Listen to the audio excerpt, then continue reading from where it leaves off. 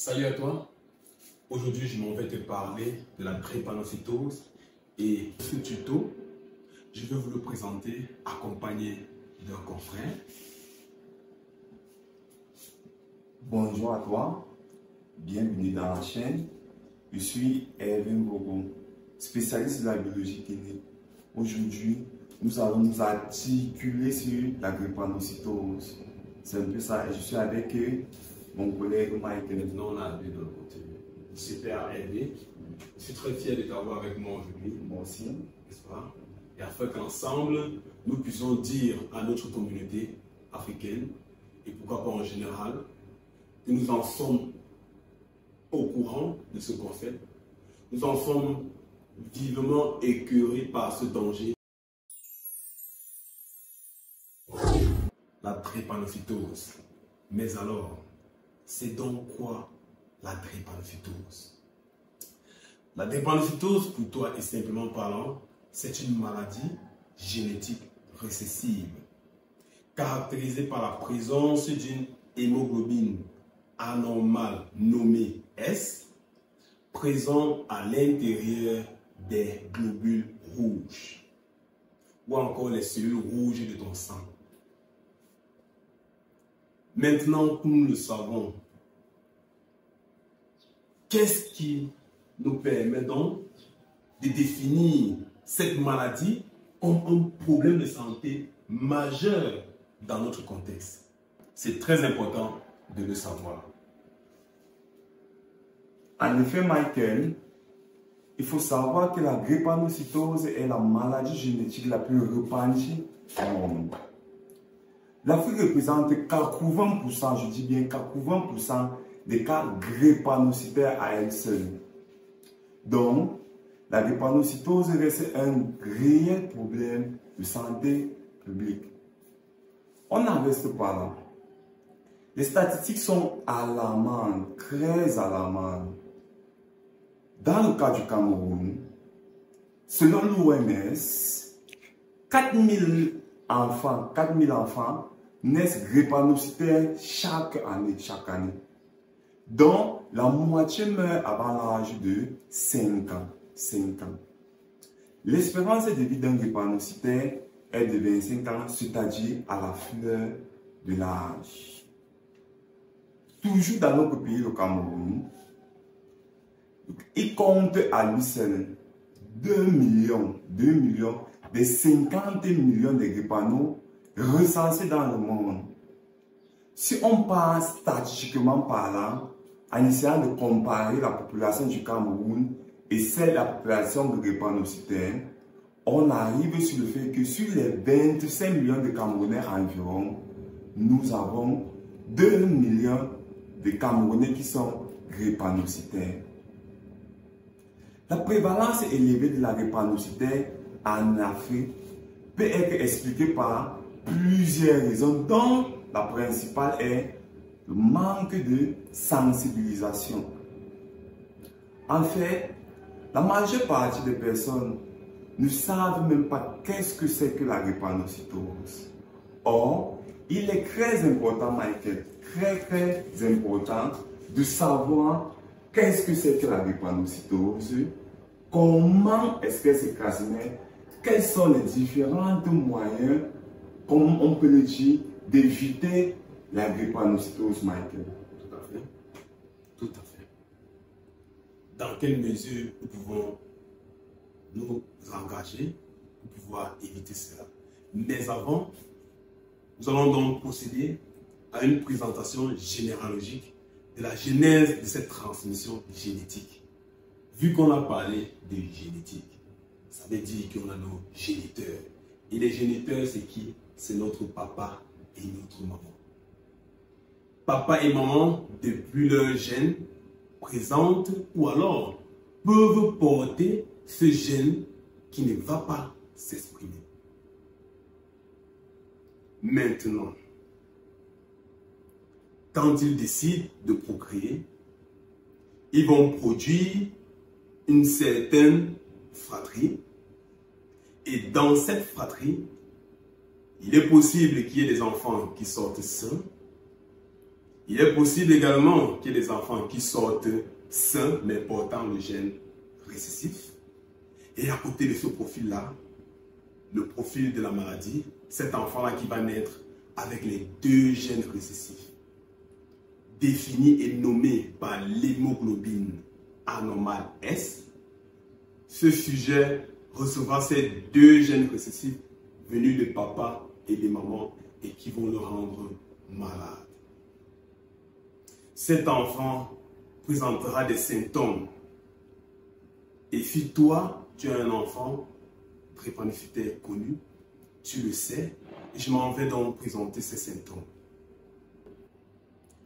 Au vu de ce profil de transmission, nous pouvons comprendre avec aisance que le pourcentage de transmission du gène normal aux enfants est de 25%.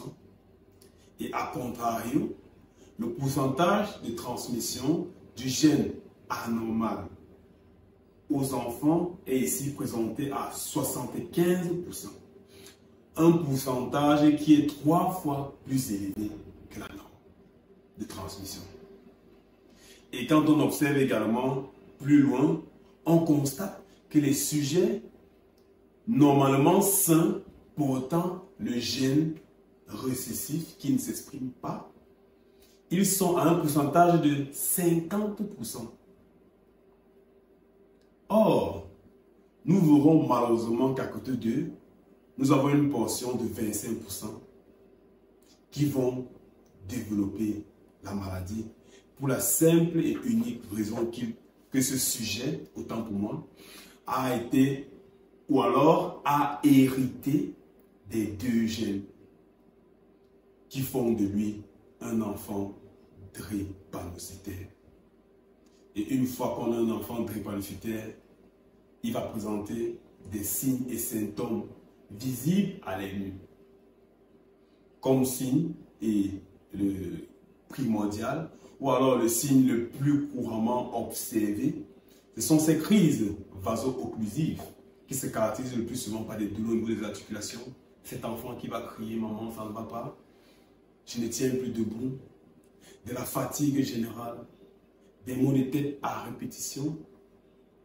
Et nous n'allons pas oublier et nous n'en sommes pas ignorants que ces sujets sont plus ouverts ou alors plus sensibles à développer des maladies autres. Ça peut être des infections non localisées. Et comment donc, au vu de tout ça, de cette maladie, de ces signes physiques et symptômes, comment est-ce que nous faisons notre diagnostic en laboratoire? C'est là que nous allons faire intervenir une partie spéciale. Oui, Michael, il est ici important de noter que le diagnostic de la drépanocytose ne se fait pas avant l'âge de 3 ans minimum. Pourquoi avant l'âge de 3 ans?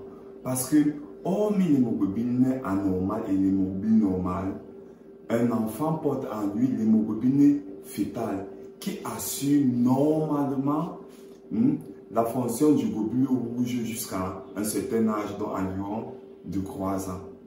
En plus de cela, l'examen est également effectué à un délai éloigné d'une transfusion sanguine qui est de 3 mois pour qu'il n'y ait pas d'interférence entre les globules rouges transfusés et les globules rouges réels du patient.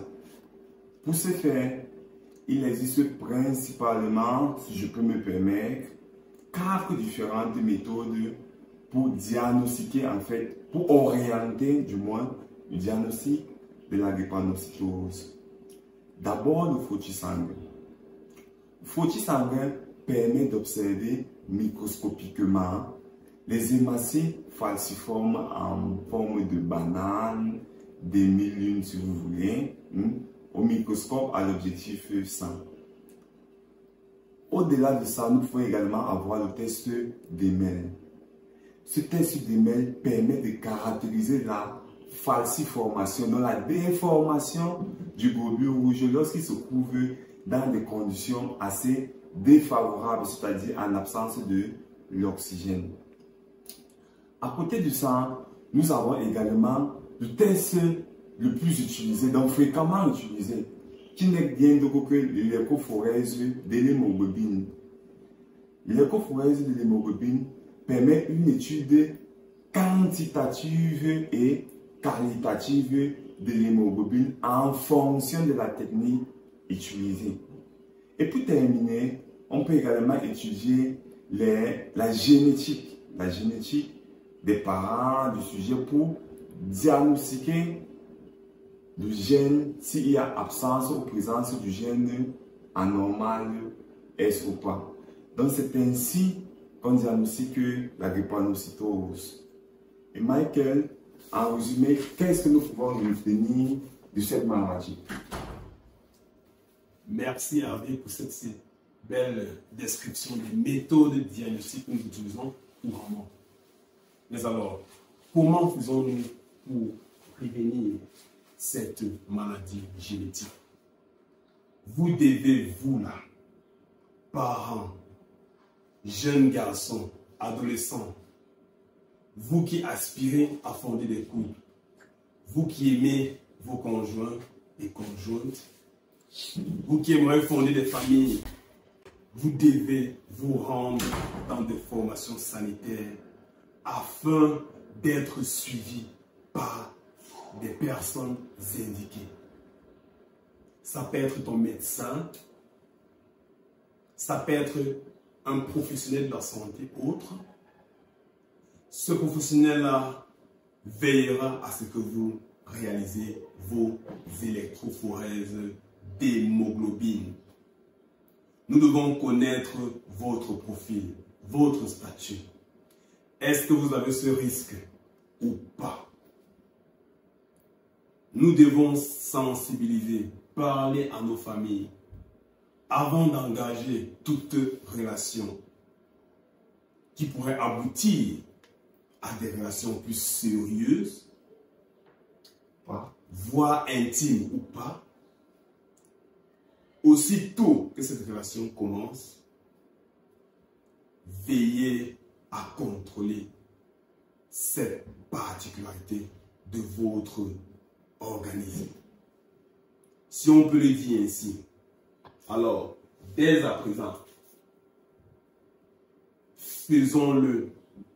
Oui, à cela, Michael, je voulais également ajouter que la prise en charge et le traitement de manière générale d'un patient drépanocytaire est assez élevé. Élevé, Michael. À répétition dans l'hôpital, il faut une hygiène de vie adaptée, de haute standing. On doit se protéger, on doit prendre des antibiotiques, on doit se faire suivre. Il y a des transfusions sanguines, il y a plein de choses qu'on doit faire. Et cela n'est pas à la portée de tout le monde, surtout dans les pays en voie de développement, pour ne pas dire dans les pays sous-développés où nous nous trouvons. Le contexte est vraiment très compliqué. Donc il est très important de se faire diagnostiquer à temps. C'est le principal, je dis bien le principal moyen de prévention de la maladie. Parce qu'en nous, tu n'as vraiment pas de traitement confirmé pour dire que bon, on va soigner, non. Donc le principal moyen de stopper la maladie, ralentir la progression de la maladie, c'est de se faire consulter à temps. Connaître son statut. Est-ce que je suis AA? Est-ce que je suis AS? Est-ce que je suis SS? Cela permet à ce qu'on sache comment nous comporter. On sait comment choisir notre partenaire. Ça peut ne pas être une relation sérieuse à cette période où le foie veut vraiment nous massacrer. Il peut avoir... c'est tout à fait. Et un garçon, donc, il est très important à n'importe quel moment de connaître son statut. Donc, nous les parents, nous avons pour obligation, je dis bien, de connaître notre statut d'abord, si on est AA ou pas, et de connaître le statut de nos enfants à partir de l'âge de 3 ans. Cela nous permettra de les éduquer, de les orienter en grandissant. Donc, il n'y a que ça que je pouvais ajouter à cela. Très important. Merci encore. Merci. Vraiment, la drépanocytose, c'est une maladie immonde. Ça fait mal de voir un tout petit bébé, un tout petit garçon, tout beau, plein de vie. Et qu'on fasse ce diagnostic, à peine c'est 1 an, 2 ans. Quand il commencera des fines crises. Tout petit, on ne pourra pas encore conclure. Mais au fur et à mesure qu'il va grandir, cette jeune petite fille, pourquoi devons-nous élever des enfants qui peuvent nous détester? Nous en connaissons qui détestent durement leurs parents. Toi qui es né ainsi, la nature l'a voulu ainsi. Mais pour un avenir meilleur, nous autres qui sommes jeunes, nous autres qui portons cet avenir, veillons à sensibiliser. Si tu as écouté cette vidéo jusqu'à la fin, nous t'en remercions énormément. Lâche ce message, partage cette vidéo. Ceci est un message d'alerte. Les pourcentages de cas ne font qu'élever. Nous en avons marre de voir des bébés partir, de très beaux bébés, je vous assure. Et de ce fait, nous avons décidé ainsi que dans le contenu de nos vidéos, nous devons parler des réalités contextuelles dans notre sous-région. Nous devons vous dire exactement ce qui est et ce qu'il faut faire pour notre bien-être à nous. Nous avons voulu dire à continuité. Et pour vous qui êtes des professionnels, pour toi qui es un étudiant, n'hésite pas à aller en description. Tu verras le lien vers le site web de Wari. Et si tu es un passionné, tu peux devenir un Warien. Contacte-nous au besoin, nous allons répondre au présent. Vous aurez tous nos liens également des réseaux sociaux. Nous en sommes également. Et nous sommes là pour partager des concepts de biologie médicale, des conseils de santé. Nous sommes là pour votre bien-être et pour la santé. Merci d'avoir regardé cette vidéo. C'était notre dose de biologie médicale. C'était notre dose de santé et conseils de la santé. Et sur ce, à très bientôt pour un prochain tuto, un prochain concept